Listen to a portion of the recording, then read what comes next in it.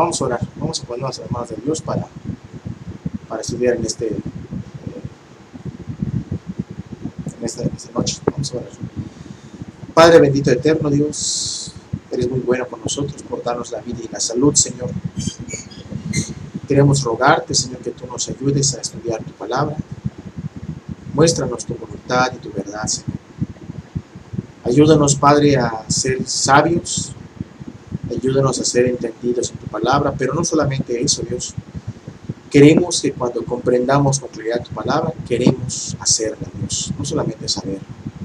Porque de nada nos sirve entender algo muy claramente si con toda claridad no lo hacemos, Dios. Por eso ayúdanos a creer en tu palabra y a obedecerla. Para eso es este discipulado, para que tú nos instruyas y podamos vivir de manera que glorifique tu nombre. Gracias por cada uno de los presentes, por los que se van a conectar, Dios, en nombre de Jesús. Amén. Muy bien. Pues vamos a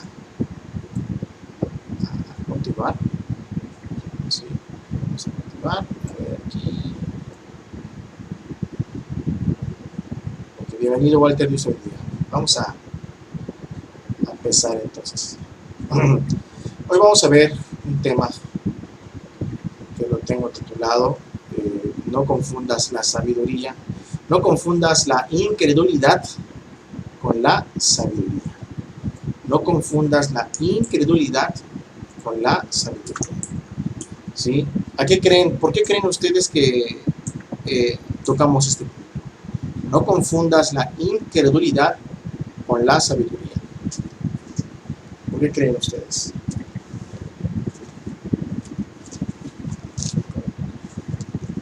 Sí.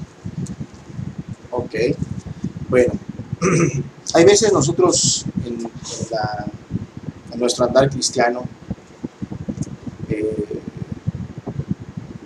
se puede traducir también como incredulidad para... ¿La incredulidad qué es? Es la duda. Sí, es la duda. ¿Sí? Yo justifico mi duda por buenos argumentos, ¿no? Sabiduría, hasta la Biblia puedo yo agarrar, ¿no? Y quizás esa incredulidad esconde una cobardía. Por ejemplo, cuando yo estoy buscando a Dios, por ejemplo, pero no estoy siendo serio, pero como que quiero arrepentirme, ¿no? Y si me dicen, haz una oración de acepta a Cristo, pues la hago, ¿no? La hago para ser salvo, ¿no? Pero de repente el que me predica me dice, y debes de restituir a tus agraviados. Debes de buscar a aquellas personas que has lastimado, que has ofendido, y pedirles perdón. Entonces yo escucho la instrucción con claridad y me pongo a pensar que, por ejemplo, mi madre, a mi padre, a mi hermana la ofendí y digo, bueno, si yo voy con ellos a disculparme, creo que nada más abriría heridas que ya están cerradas. No creo que sea así, ¿sí? Porque no es conveniente. Entonces, ¿es una verdad que tenemos que restituir? Sí, es una verdad. Pero él rechaza esa verdad. ¿Por qué? Porque él pone unos argumentos que parecen sabios, duda de la instrucción bíblica, y con eso ya no hace nada. Esto es en cuanto a la salvación. En cuanto al servicio, ¿sí? Por ejemplo, a veces ponen, no sé si esto les ha pasado, te pone Dios en el corazón, ve y visita a tal familia, ¿sí? Y puedes visitarlo con mucha prudencia, incluso hasta acompañado con hermanos, pero luego en tu mente pasa, pero ¿y si se enojan conmigo? Porque yo veo que tienen un rostro muy serio, ¿qué tal si voy y los molesto? Entonces, mejor no, mejor voy a orar para que Dios dé la oportunidad, y cuando sea esa oportunidad, entonces sí iré yo a compartir o a predicar la palabra. Es lo mismo, solo que en otro contexto. En este caso, yo servir, pero como sé que la Biblia me manda a servir, yo siempre tengo una excusa para no servir. Y esa excusa la voy a maquillar con argumentos sabios para no hacer la voluntad de Dios. Otro ejemplo, servicio como iglesia. Hermanos, y si salimos a predicar en el parque, ¿sí? Salimos, y ¿qué les parece si llevamos la guitarra y otro hermano lleva el equipo y se prepara y tocamos unas alabanzas, y luego después de cantar las alabanzas se predica la palabra, etcétera, pedimos permiso con el comisario o el presidente municipal. Y ¿cómo ven, hermanos? ¿Sí? Sale la idea. Y luego sale otro y dice, pero hermano, últimamente la gente ha estado muy dura de corazón y está difícil que nos hagan caso. ¿Por qué no mejor esperamos a orar y buscar a Dios y cuando nos confirme, vamos y predicamos? ¿Sí? ¿O por qué no esperar hasta que un hermano de afuera nos visite y cuando lo hagamos, entonces vamos y predicamos? Entonces, ¿qué estamos viendo ahí? Que en los tres casos hay cosas por hacer. El número 1 es convertirse. El número 2 es servir, hacer misericordia u otra cosa. El número 3, activarse como iglesia. Pero siempre salen argumentos, siempre salen posturas donde dicen además, creo que deberíamos de esperar y orar y ayunar, y se oye sabio, se oye inteligente, se oye hasta profundo, ¿no? Sí, porque la gente está muy dura de corazón y hay que orar, etc. Hermano, ¿estás diciendo que no hay que orar para predicar? No estoy diciendo eso.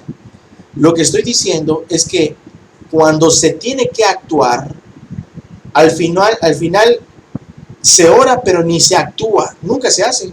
El punto es que no se actúa, no se procede, no restituyo, no voy a hacer misericordia, o la iglesia simplemente no se activa. Está sentada todos los domingos recibiendo palabra, pero cuando es invitado, un llamado a servir, siempre sale un argumento y hay un buen punto para no hacerlo. ¿Sí? Hay un buen punto para no hacerlo, hermano. Pues últimamente el clima ha estado muy variante, no sabemos si va a llover o no va a llover. Bueno, pues busquemos un lugar donde haya techo, ¿no? No, hermano, es que también últimamente han subido los precios, etcétera, y cosas así por el estilo. Pero siempre se ponen trabas para hacer lo que es obvio hacer, ¿sí? Por ejemplo, que yo les invite a ustedes. Hagan de cuenta que nosotros somos una célula, nos reunimos todos juntos nos reunimos, nos vemos presencialmente y les diga yo a ustedes, hermanos, ¿qué les parece si este viernes, en vez de estudiar, vamos a salir al parque a predicar? ¿Sí? Y que me diga la mitad de ustedes, amén, hermano, y la otra mitad diga, hermano, pero pues no estamos preparados y quisiéramos prepararnos un poquito más. Quisiéramos estudiar quizás unos 100 meses más, unas 100 semanas más, y estoy exagerando. Y después salimos, ¿no? ¿Cómo lo ve, hermano? Porque debemos estar preparados. No podemos hablar a la gente lo que sea. ¿Cómo lo ven eso ustedes? Es un pretexto. Podemos consultar a Dios, Señor, si tú quieres, vamos a salir a predicar. Podemos preguntar al Señor, si tú quieres, vamos a salir a evangelizar. ¿Sí? Vamos a consultar a Dios. Si tú quieres, Dios, vamos a hacer la obra. Se tiene que preguntar eso a Dios. ¿Ustedes qué piensan? ¿Por qué no? Porque ya es un mandato. Así es. Porque son cosas que no se pueden. No es normal consultar estas cosas. ¿Por qué? Porque ya está ordenado en la palabra, ya está ordenado evangelizar, ya está ordenado. Si toda criatura que haya nacido de nuevo y es nueva criatura y ve la palabra y entiende el mandamiento de predicar, sabe que no tiene que consultar y ayunar para ver si Dios le responde. Si quizás a lo mejor con un 99% de probabilidad de que la respuesta sea negativa, pero quizás ese 1% Dios me diga, sí, sale a predicar. No se puede hacer eso. ¿Por qué? Porque ya es la voluntad de Dios. ¿Sí? Por ejemplo, si yo voy a ver a una persona y le digo, mira, hace tiempo que no te veo, busca a Dios, te espero el próximo domingo, y que me responda, si Dios quiere, el próximo domingo nos vemos. Pero no es un si Dios quiere apelando a que nuestra vida depende de Dios, mañana nos podemos morir, o Cristo viene en 2 días, o en unas horas, sino más bien es de que, bueno, si Dios me da esa oportunidad de reunirme, me reuniré, ¿no? Si Dios no me la da, pues es que no me reuní. Si no me reuní es porque Dios no me lo permitió. No se puede preguntar lo que es obvio. No se puede preguntar, ¿será que de veras tengo que arrepentirme, hermano? ¿Y cómo pido perdón? ¿Me puede dar usted una serie de 10 enseñanzas o un año de enseñanzas de cómo pedir perdón? No se requiere un diplomado para ir a pedir perdón. Simplemente se tiene que hacer, ¿sí? La iglesia tiene que salir a predicar, tiene que salir a testificar, tiene que hacer misericordia, ¿sí? Hagan de cuenta que yo estoy acostado en mi hamaca y Dios me diga, la iglesia necesita un discipulado, que no se confunda. Híjole, Señor, pero ¿y si no me sale bien? Mejor voy a esperar a prepararme, a conseguir unos materiales y voy a orar y hasta que tú me muestres yo lo voy a hacer. No. En dado caso, ¿qué tendría que hacer? Tendría que armar mi temario, buscar mis argumentos de cada punto, de cada tema, mi propio bosquejo, y armarlo y tenerlo ya listo.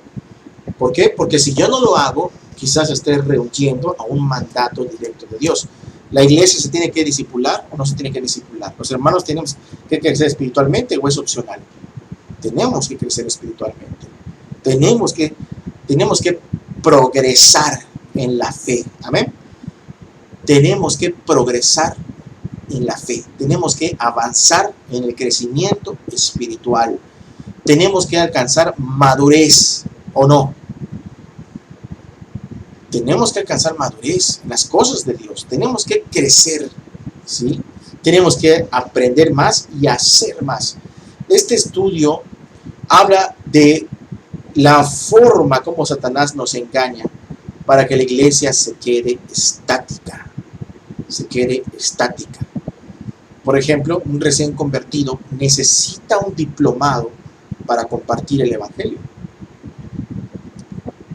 ¿No se les hace a ustedes raro que haya que darle un curso a la iglesia de evangelización? ¿No se les hace a ustedes raro esta frase?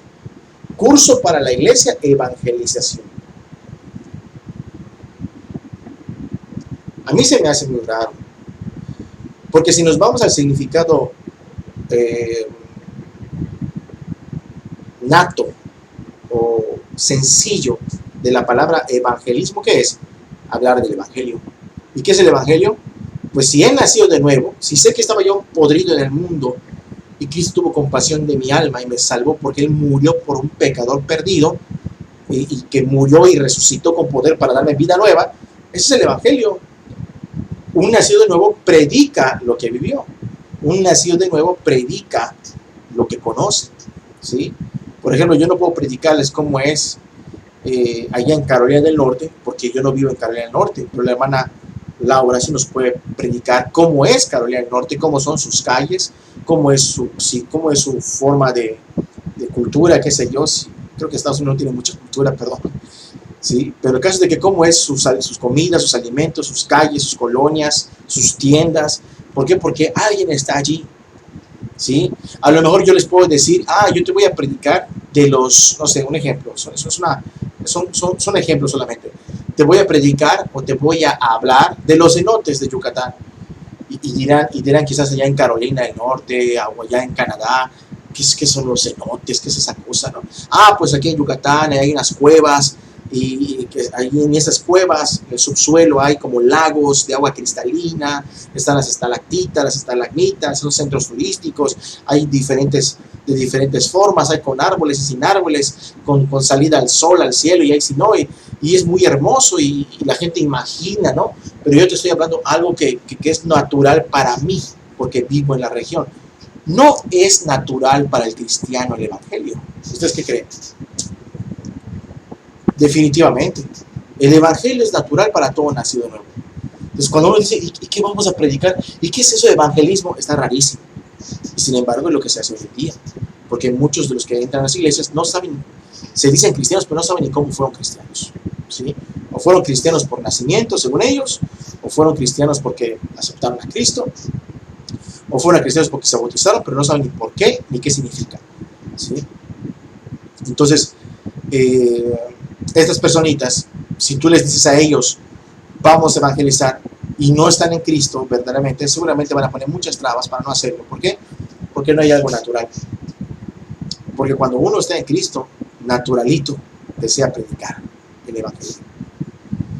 Siempre se ponen trabas y para que no se vea como cobardía o como necedad, tengo que yo pensar de mí mismo que son buenos argumentos sabios que impiden que yo haga la obra.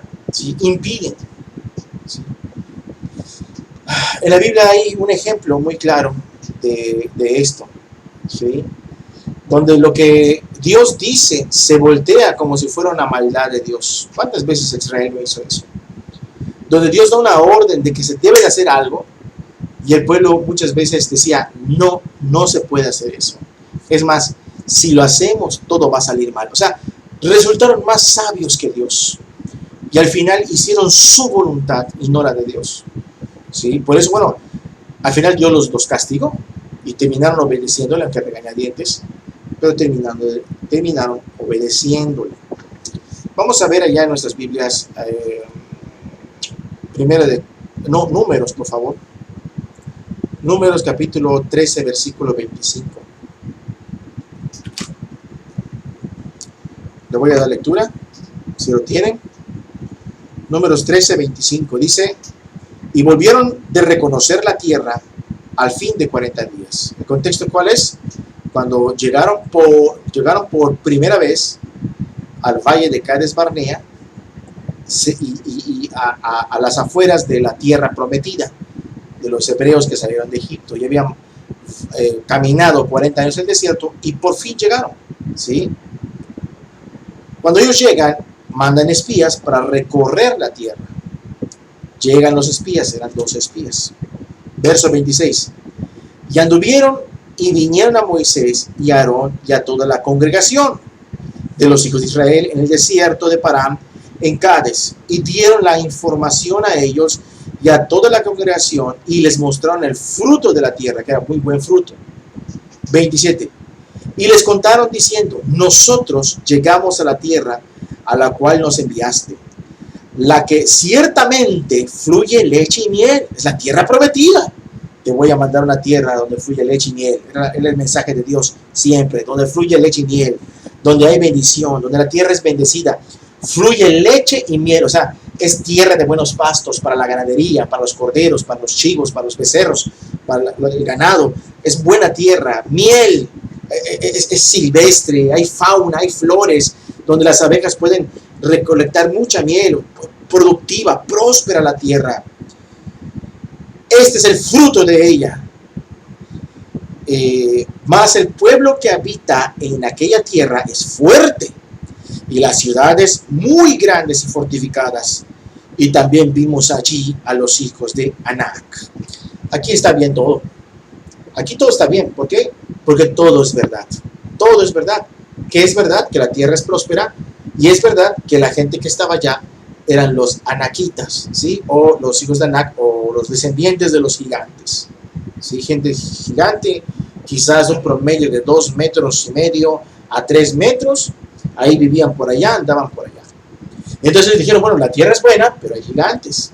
Hay bendición, pero hay un gran obstáculo. Son ciudades muy grandes, ¿sí? Entonces, dice, ahí nos quedamos, ¿no? En el verso 29. Amalek habita en Negev, ¿sí? Y el Eteo y el Jebuseo y el Amorreo habitan en el monte. Y el Cananeo habita junto al mar y a la ribera del Jordán. Amalek era una nación impísima, que desde que salieron de Egipto le hacían la vida imposible. Y no era un pueblito sencillo, pequeñito, fastidioso. Era una nación fuerte, poderosa, ¿sí? Que inclusive aparentemente se aprovechó de la devastación que hubo en Egipto después de que los hebreos salieron para poseer Egipto en su tiempo. Pero bueno, esa es otra historia. Es otra historia. Dice acá, el amorreo habita en el nombre del cananeo, el jebuseo del amorreo habita en el monte y el cananeo habita junto al mar a la ribera del Jordán. 30.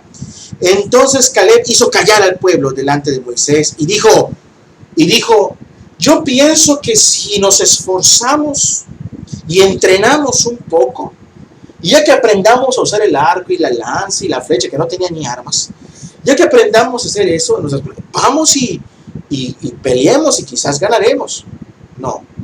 Cuando la gente empezó a decir, no, están ahí esos anaquitas, todos, wow, los gigantes. Y ellos siguieron hablando. Oye, pero ahí están los de Amalek, que son tremendos. Y están todos estos ahí, los jebuseos, los amorreos, y están hablando ya las beneficios, fluye leche y miel, ¿no? Ya quedaron cortitos con los tamaños de los obstáculos. O sea que es muy mala idea subir. O no vale la pena esa tierra con semejante riesgo. Entonces Caleb dice, cállense. Y él nos dijo, vamos a prepararnos. Él dijo rápido, subamos. Subamos. Y yo quiero que entendamos esta frase donde dice Caleb, subamos. ¿Qué implica la palabra de Caleb? Subamos. ¿Qué implica? ¿Qué creen ustedes que implican? ¿Será que van a ir los israelitas a llegar y lo van a ver los cananeos, los amorreos, allí llegando cientos de miles de personas y le van a decir, hola vecino, nos vamos a mudar por aquí. Bienvenido vecino, pásale. ¿Será que eso significaba? Y se van a sentar y van a convivir sus hijos con los hijos de ellos.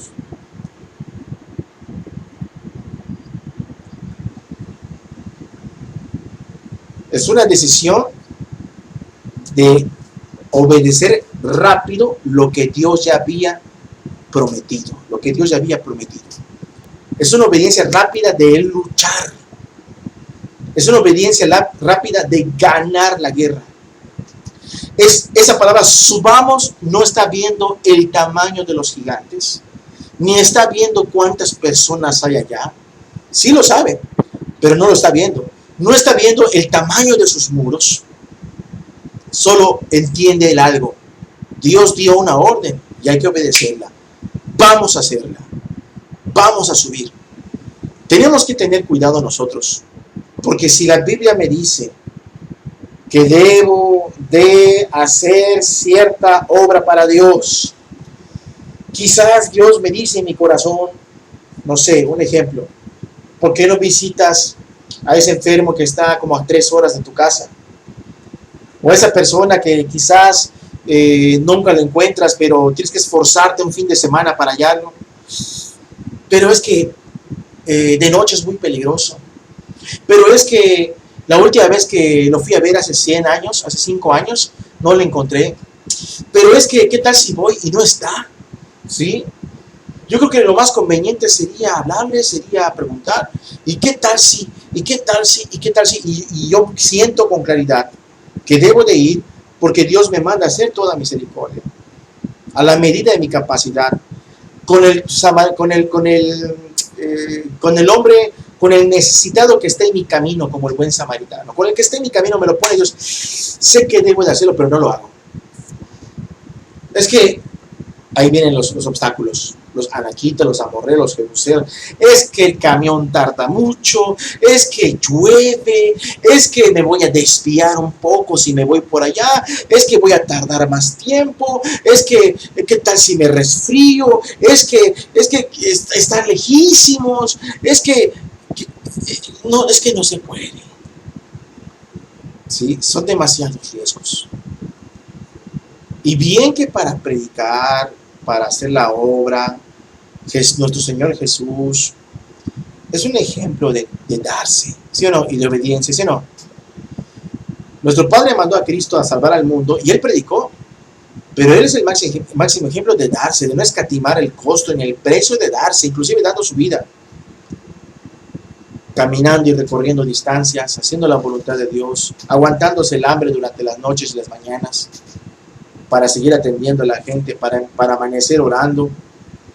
Y nosotros muchas veces ponemos muchas trabas, pero siempre tenemos muy buenos argumentos, entre comillas. Siempre tenemos muy buenas excusas. Hermanos, ¿qué parece si hacemos unos bautizos? ¿Sí? Y en esos bautizos vamos a ir allá. Y cuando van a los bautizos están todos en duda, están todos preocupados, están todos ahí incrédulos. ¿Será que esta reunión está correcta? ¿Será que fulano está convertido? ¿Será que fulana está convertida? ¿Será que se va a salvar? ¿Será que sí? ¿Será que no? Si se bautizan 5, ¿permanecerán 5? ¿Permanecerán 4? ¿Permanecerán 3? ¿Permanecerán 2? Etcétera, etcétera. Si vamos a ir al parque, ¿será que nos escuchen? Porque yo vi una vez que fueron los hermanos y ahí estaban hablando como loquitos, nadie les hacía caso. ¿Y qué caso tiene que nosotros vayamos?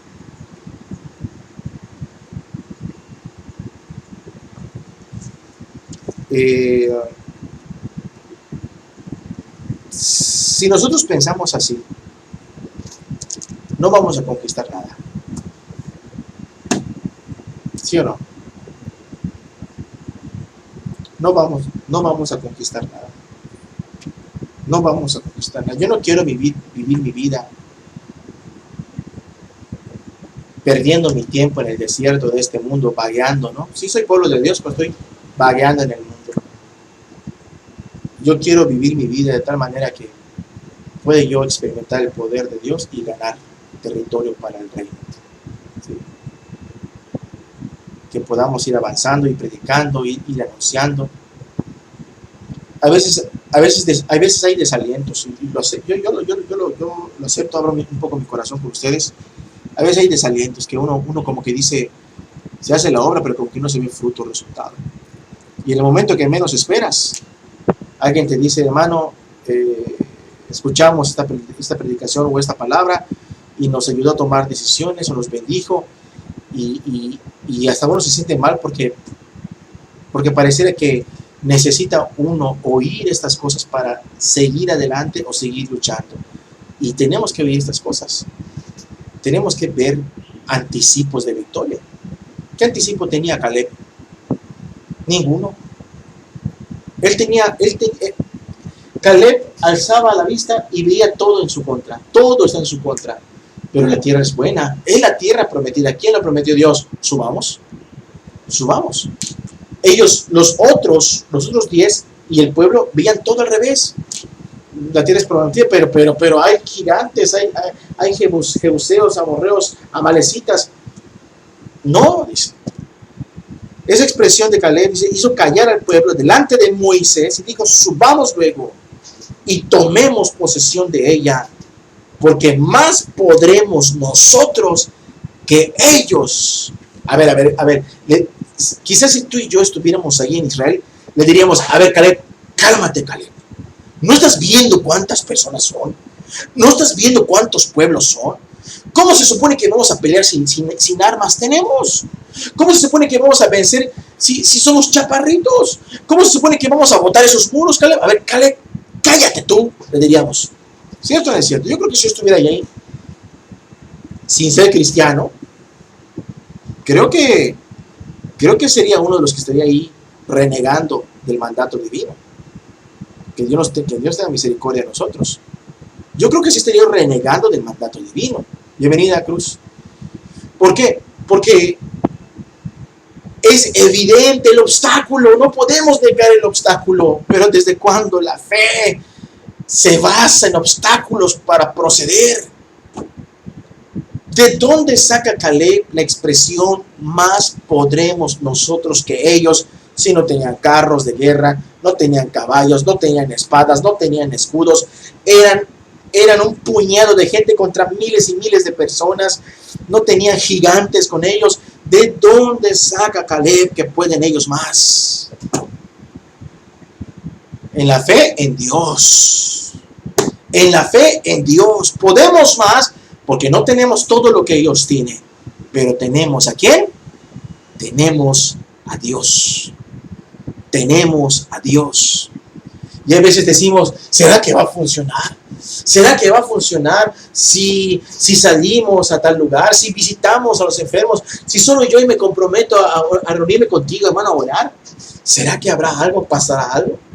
No, ya no podemos esperar nada. Ya estamos derrotados sin empezar a luchar. Haz de cuenta que hay un ring.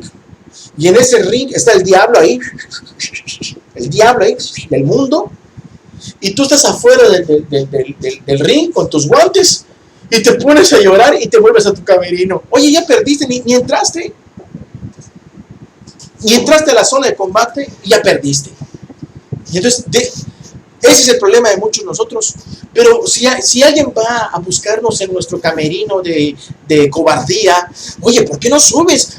Ni siquiera has peleado. No, es que ¿cómo se supone que yo le voy a ganar? ¿No viste cómo pelea? ¿Qué bien entrenado está? ¿No viste que este diablo le ha ganado a muchos? ¿Ha vencido a muchos? Sí, hizo pecar a pastores, a predicadores, inclusive hizo pecar a David. ¿Qué va a hacer de mí? ¿Qué va a pasar conmigo?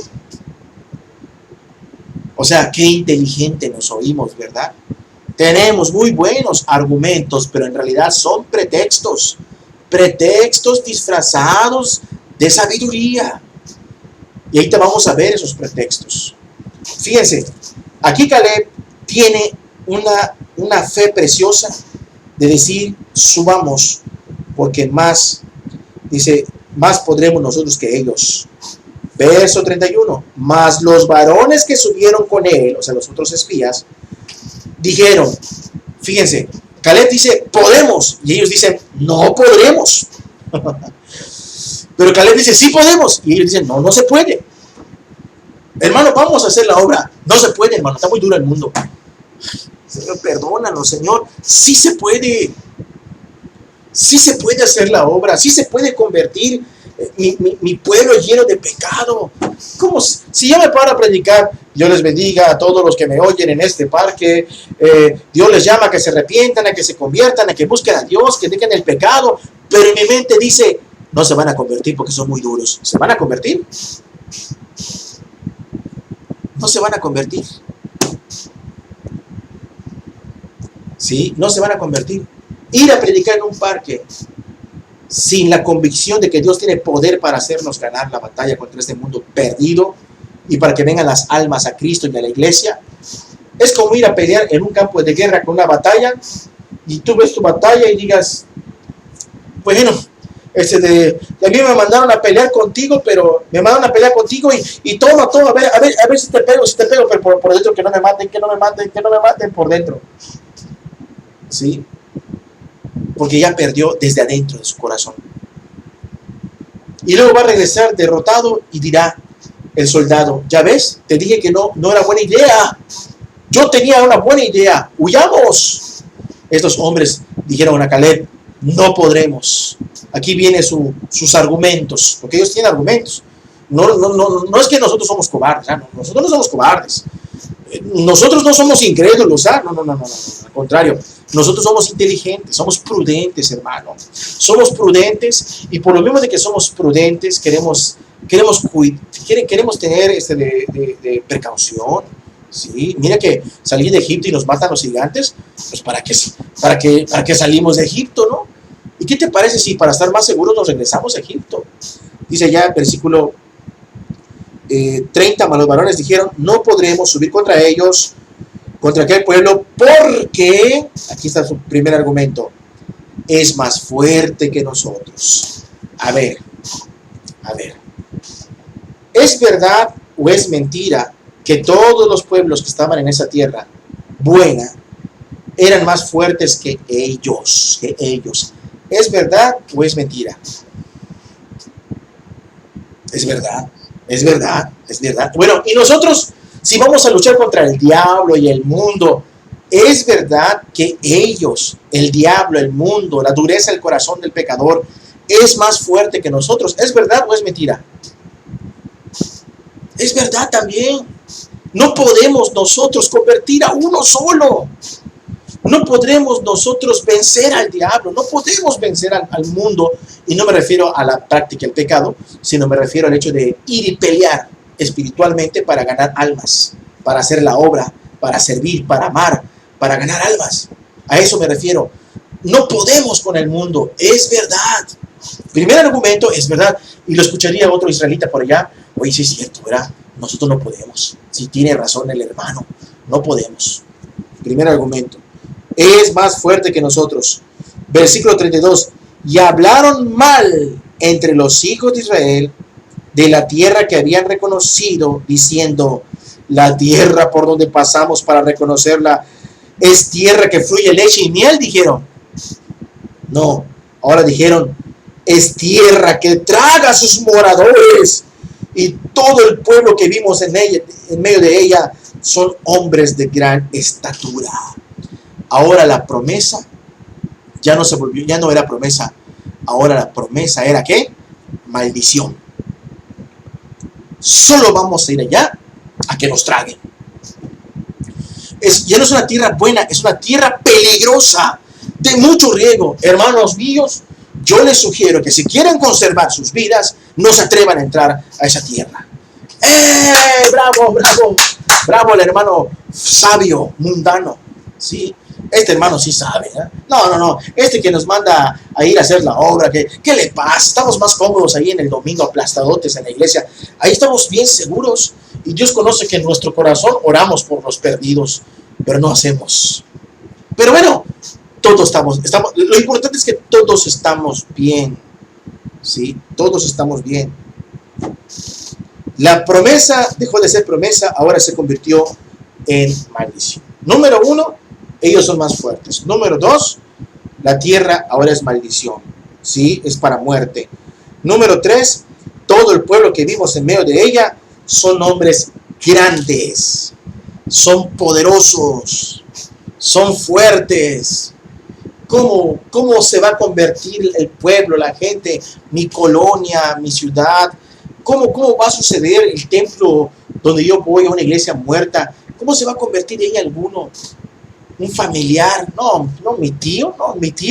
Ya, lo triste es que aún entre nosotros como cristianos salen palabras como estas. Es lo triste. No, mi tío, no, él jamás se va a convertir. Eso es un insulto a Dios. ¿Y cómo se supone que somos cristianos así? Mi papá, no hombre, mi papá, no, nunca se va a convertir. No hombre, él es un caso perdido. Mi prima es un caso perdido. Mi hermana es un caso perdido. Mi mamá es un caso perdido. Mi hermanito es un caso perdido. No se puede salvar. Mi esposa es un caso perdido. Mi esposa, antes se convierte el diablo que mi esposa, ¿no? O que el esposo. ¿Cómo se supone que vamos a vencer? Nuestras oraciones y nuestros ruegos y nuestros estudios son ofensivos para Dios. Y si desde nuestro corazón decimos, no se puede vencer, pero porque el Señor, ¿sabe por qué no puede convertirse en mi hermanito, Señor? Es que desde chico pecó mucho, desde chico la abusaron, desde chico vivía en la calle, desde chico vendía drogas, desde chico se prostituyó, desde chico fue pareja de 100,000 personas, por eso es imposible que se convierta. Ahora resulta que el diablo y el pecado tienen más poder que Cristo. ¿Ustedes qué creen? Pues no, pues claro que no. Pero lo triste es que entre hermanos aún hablamos así. ¿Cierto o no es cierto? No, la gente de mi pueblo, claro, la gente de mi colonia, no. La gente de mi ciudad, no, hombre, están pero bien religiosos, muertos, perdidos. No se van a salvar. Yo nunca voy a ver el poder de Dios. Nunca Dios me va a conceder una victoria. Nunca. Pero si yo doy un paso adelante con fe, ¿sí? Señor, yo sé que no puedo. Yo sé que son más fuertes que yo. Yo sé que no tengo los recursos, Señor. Yo lo sé. Pero tú sabes que te busco, te oro, y yo voy contigo. ¿Qué es lo que me importa? Yo sé que si no puedo, tú vas a poder. Así cuando se logre la victoria, daré gloria a tu nombre, porque fue por ti, no fue por mí, Señor. Y entonces se procede con fe. Seguimos estudiando. 33, también vimos ahí gigantes, hijos de Anac, de raza de los gigantes, y éramos nosotros, a nuestro parecer, como langostas. Así les parecíamos a ellos. Éramos como langostas. Éramos unos enanitos pequeñitos. Y estaban exagerando, porque los gigantes eran gigantes, pero no eran gigantes de, no sé, de 10 metros, de 20 metros. ¿Sí? Para que parezcas una langostita, un bichito. Un bicho langosta, ¿no? Como de este tamaño, ¿no? No son tan chicos.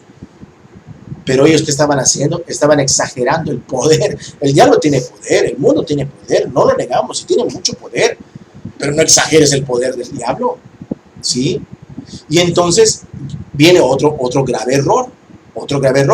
Si somos realistas, hermanos, nosotros no podemos ir a luchar, porque si comparamos nuestras estaturas, ellos son gigantes y nosotros somos langostas. ¿Y desde cuándo una langosta va a vencer a un gigante? Por favor. Así que vamos a ser razonables y vamos a regresarnos por donde vinimos. Esto está terrible porque parece una historia como de David y Goliat, ¿verdad? ¿Quién era el pequeñito ahí? David. Y David sabía muy bien lo que decía. Yo no vengo a ti con mis recursos, vengo a ti en el nombre de Jehová de los ejércitos.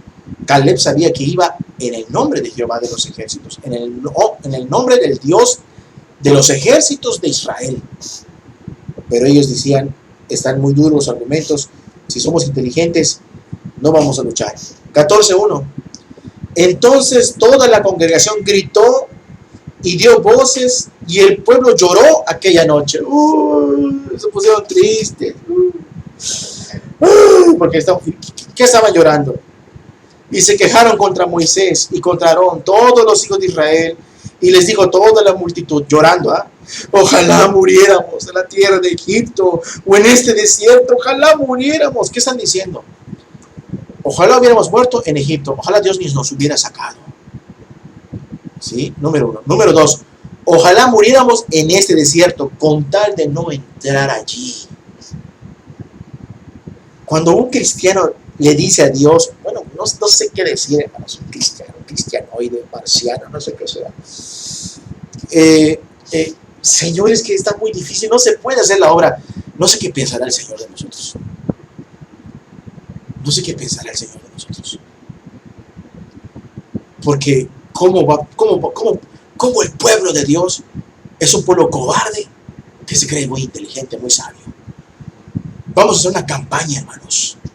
No, pero es que son muchos gastos, es que hay mucha logística, es que hay mucho esto, mucho lo otro.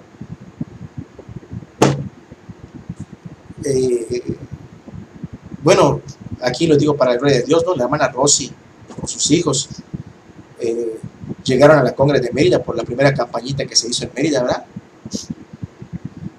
Y me pone triste algo, hermanos. ¿Por qué? Porque esa primera campañita que se hizo es la campaña más grande que hemos hecho. En todos los sentidos. En cuanto a cantidad de gente, en cuanto a dinero, muchísimo dinero se utilizó. Y no lo hicimos solo nosotros. Fue precioso porque fue en unidad con los hermanos de México. En cuanto al número de locales rentados, cuartos de hotel rentados para otros hermanos, pues no era el hotel así super 5 estrellas, no, era un hotel no feo, pero bonito, donde los hermanos podían descansar y bajar, dar su conferencia y subir a descansar. Y la cantidad de gente. Y hemos hecho otras obras, pero ahorita somos más. En aquel entonces éramos poquitos. Éramos mucho menos de la mitad, creo. Menos de la mitad quizás, de los que somos ahora. Y hemos hecho otras campañas, pero no de esa magnitud. No, es que no se puede, es que está dura la crisis, es que la pandemia. ¿Cuántos obstáculos hoy en día para hacer la obra, hermanos? ¿Hay menos obstáculos hoy en día para hacer la obra o hay más que nunca? Hay menos obstáculos.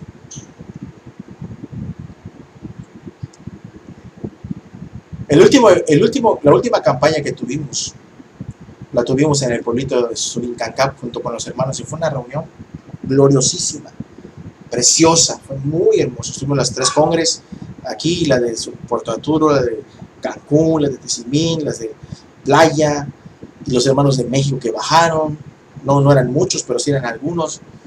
Fue una cosa preciosísima, hermosa. Fue de mucha bendición los que estuvimos por acá, ¿sí o no? Amén. Fue de mucha bendición. Fue de mucha bendición. Y era época de pandemia. ¿Cómo resolvimos lo de las visitas? Al menos el primer día, cubrebocas todos, y hicimos nuestro arco con nuestro rociador de sanitizante. ¿Se acuerdan? ¿Sí? Para que todos los que crucen. Y todo eso se hizo. Es que si queremos hacer algo, no vamos a ver obstáculos, vamos a ver el poder de Dios. Y vamos a buscar soluciones. Dios va a dar luz. Esto se resuelve así, esto se resuelve así, esto lo podemos hacer así, estos recursos se pueden conseguir así. Podemos, y sobre todo, orar, sobre todo, ¿no? Y Dios va a iluminar nuestra mente para hacer la obra. Y va a dar los medios. Pero si queremos poner pretextos, podemos salir muy inteligentes y dar muchos sabios, entre comillas, consejos para que no se haga. Y al final dice el diablo, ya está, ni persecución, ni muerte, ni nada. Solamente les dice que razonaron un poquito diabólicamente y ya no se hace la obra. ¿Sí se entiende lo que estoy tratando de decir? ¿Sí? Así que tengamos fe y seamos prácticos, ¿sí? Hagamos las cosas. No me gusta utilizar el término ahí ese de proactivo y ese tipo de cosas modernos, ¿no? Pero seamos prácticos, seamos prácticos. Se pusieron a llorar y ojalá muriéramos en Egipto, ojalá no muriéramos en este desierto. Verso 3. ¿Y por qué nos trae Jehová a esta tierra para caer a espada? Pregunta.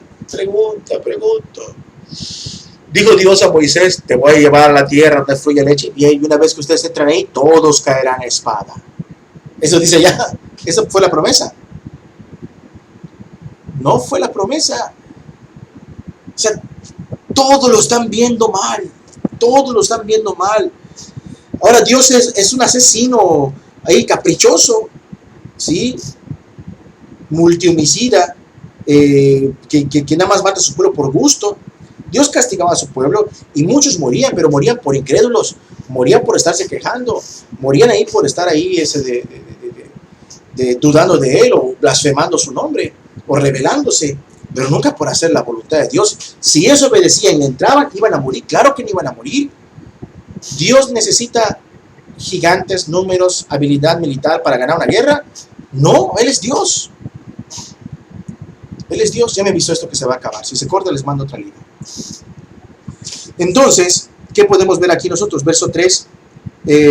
¿Y por qué nos trae Jehová a esta tierra para caer espada y que nuestras mujeres y nuestros niños sean por presa?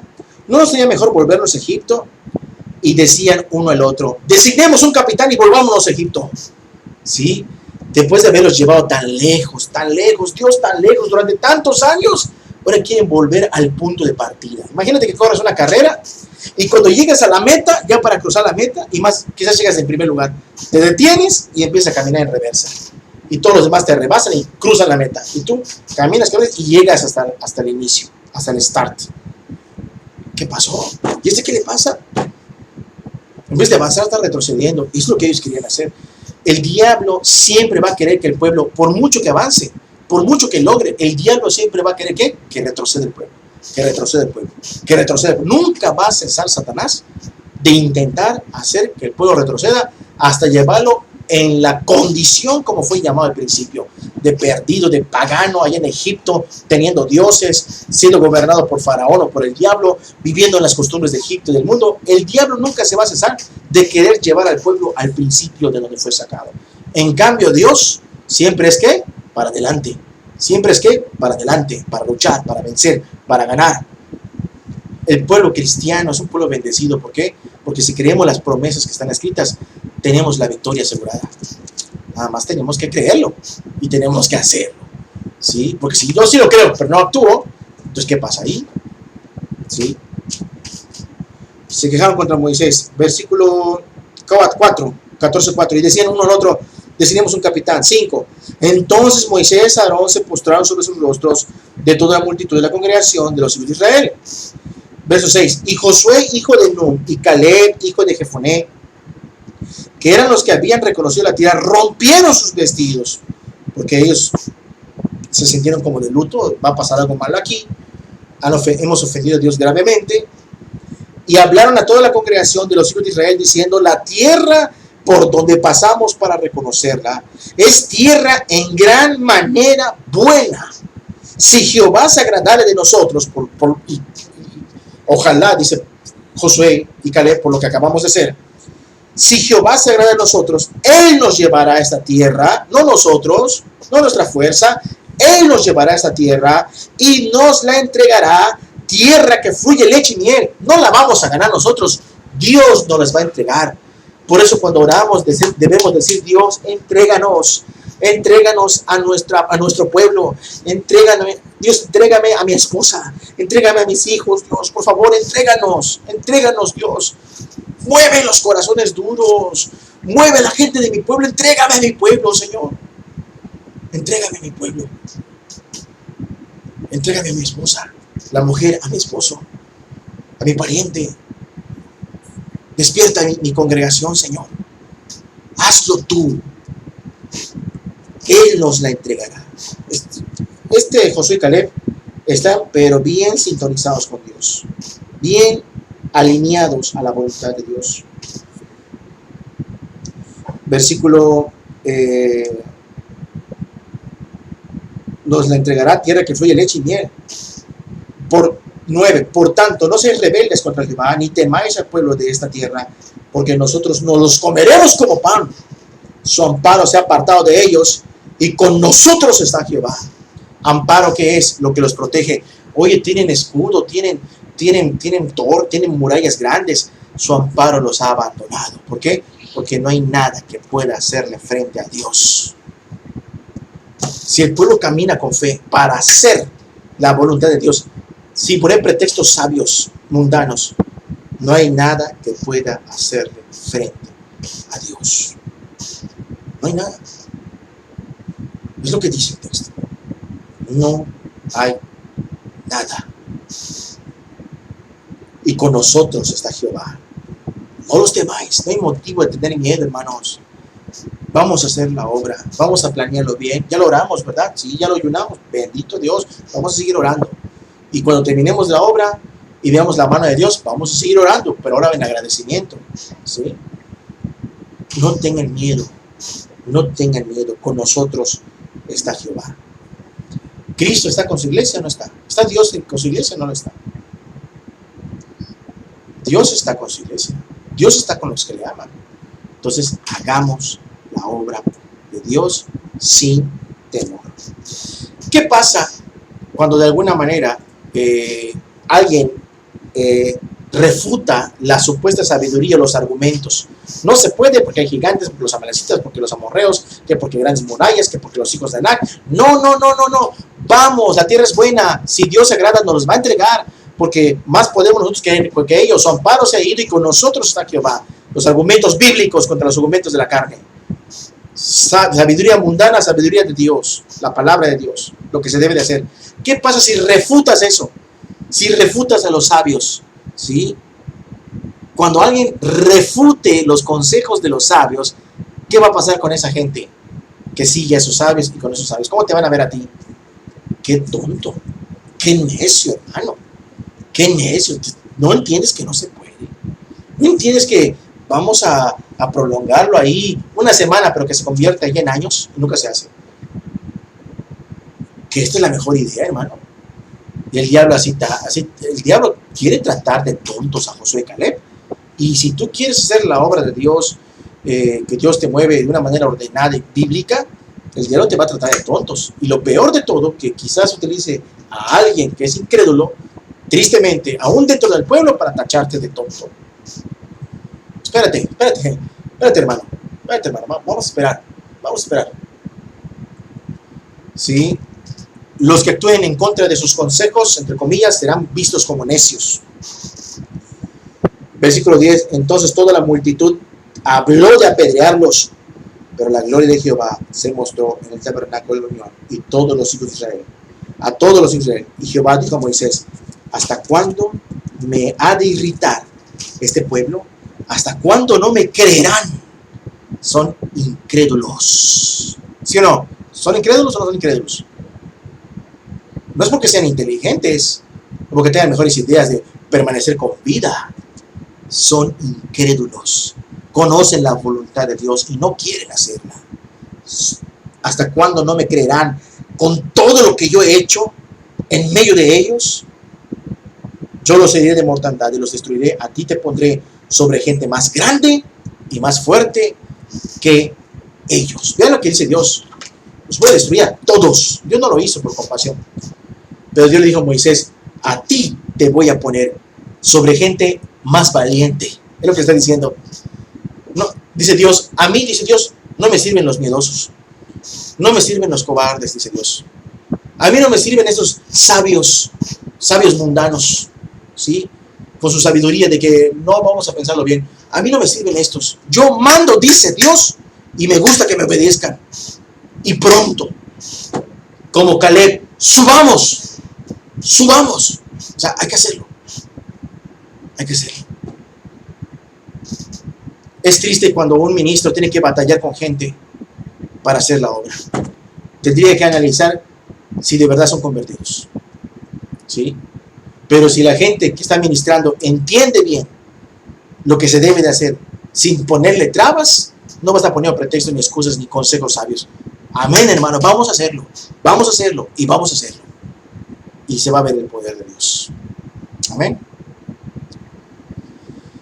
Bueno, vamos a orar y les mando otra liga, ¿sí? Padre bendito, gracias por la oportunidad que nos das de estudiar juntos. Muchas gracias, Padre. Bendito sea tu nombre, gracias por todos los presentes. En el nombre de Jesús. Amén. Amén. Muy bien, les mando otra liga, hermanos, ¿sale? Para que nos pasemos a preguntas y respuestas.